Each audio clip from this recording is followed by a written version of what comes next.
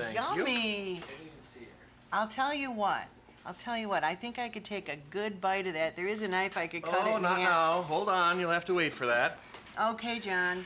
This is going to be a frustrating interview if I can smell it but can't taste it Yeah, yet. yeah. You'll get some of it in a little bit. Okay, guys, they're gonna tease us, but I'll tell you what, this is John Davidson, and we're at North Star Tavern in East Aurora on Seneca Street.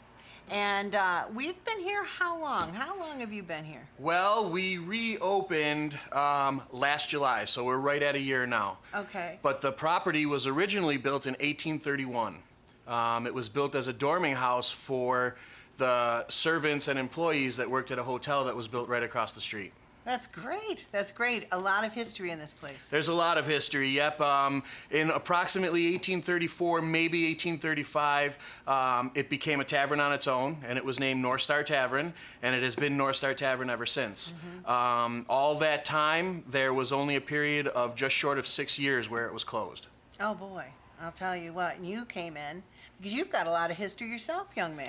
I do. I actually started working in a professional kitchen when I was 13 years old. I did odd jobs in the kitchen for the Buffalo Bisons at the old rock pile. And I've been in the business at least part-time ever since. Yeah, and doing a lot more than that. You've been working hard, and I hear that just as you were opening, you had a baby. Yes, we did. We had to delay the opening by a couple of more weeks because the baby came a little bit earlier than originally expected. Yeah. Actually, your baby thing is a little expected more than once because you got 3 of them now, and there's quite a bit of difference in age. So. Yes, our family was done when my then youngest daughter turned 10. So we have a 12-year-old, a 10-year-old, and a 13-month-old now. All right, so you're an active man in more ways than one. Yep. All right, well, I'll tell you, is it time yet?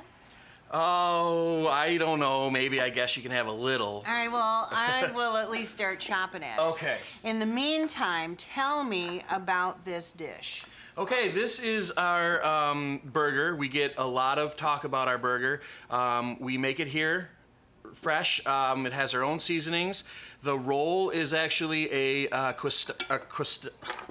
croissant style dough, and you know, we just have it cut into a roll. The butteriness goes very well with the greasiness of the burger. It's excellent. That's the part I saw. Yeah, I'm a butter fiend. And look at all the cheese on there, and it's obviously a handmade burger.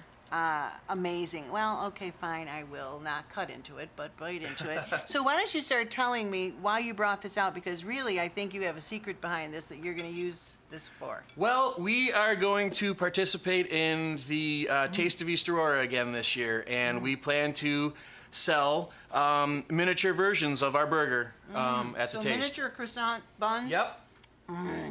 That bun, forget even getting to the meat yet. Right, it makes a big difference. Delicious. And you make these chips? Those chips are homemade as well, yes. We make our own chips, we make our own French fries. We do things so that we can have a lot of gluten-free options. We make sure, yeah, and it's a problem for a lot of people. So we make sure that we have no cross-contamination. We use special equipment, and you know, that's the reason why we make things like French fries and potato chips, so that we can ensure that they're gluten-free. Yeah, because you know, a lot of people can say they're gluten-free, but that doesn't mean there isn't cross-contamination. Cross-contamination is the easiest mistake that people make, and then somebody with celiac still gets sick. That's right. Now we don't want that. I know you're going to go into. We never have enough time to talk about food. We're going to go and talk about your menu very quickly. Besides this stuff, give me a highlight on some of the other things you do here. Okay, well, about 80% of our menu right now is in-house scratch. We have some things ordered out that we just can't produce here. Again, that's a lot to do with gluten-free issues.